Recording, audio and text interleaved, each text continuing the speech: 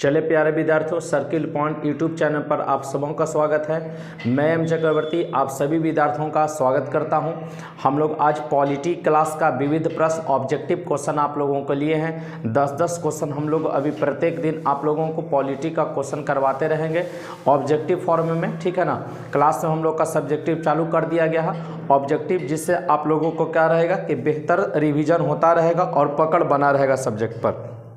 चलिए हम लोग पहला क्वेश्चन आज देखते हैं पॉलिटी का ऑब्जेक्टिव प्रश्न से। ध्यान दीजिएगा, मात्र 10 प्रश्न है, 5 से 6 मिनट का वीडियो होने वाला है।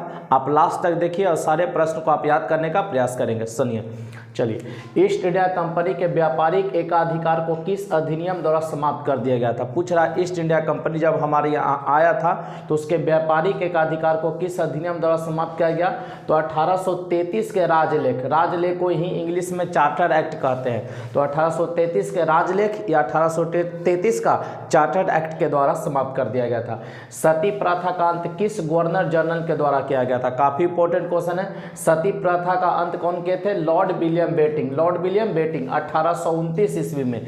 किसके प्रयास से? तो राजा राम मोहन राय के प्रयास से। प्रयास पूछेगा कि किनके सफलता के कारण, किनके प्रयास के कारण, तो राजा राम मोहन राय के प्रयास से। लेकिन किया कौन था? तो लॉर्ड विलियम बेटिंग क्या था? 1829 में सती प्रथा का अंत कर दिया था।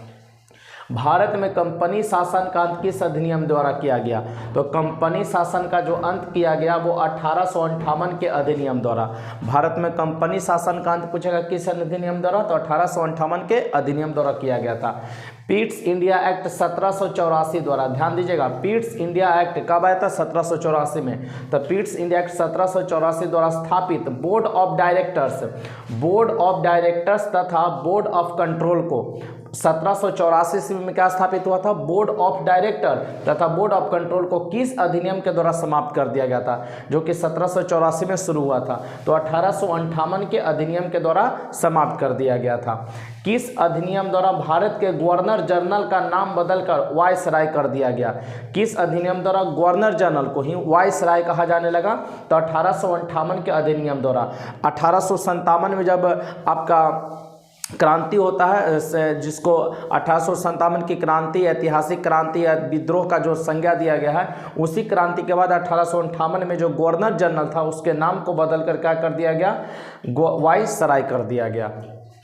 छठा प्रश्न देखिएगा, भारत में शासन के विकेंद्रीकरण का नींव किस अधिनियम द्वारा पड़ा। शासन के विकेंद्रीकरण का नींव पूछेगा किस अधिनियम द्वारा पड़ा। तो 1861 के अधिनियम द्वारा विकेंद्रीकरण का नींव डाला गया था।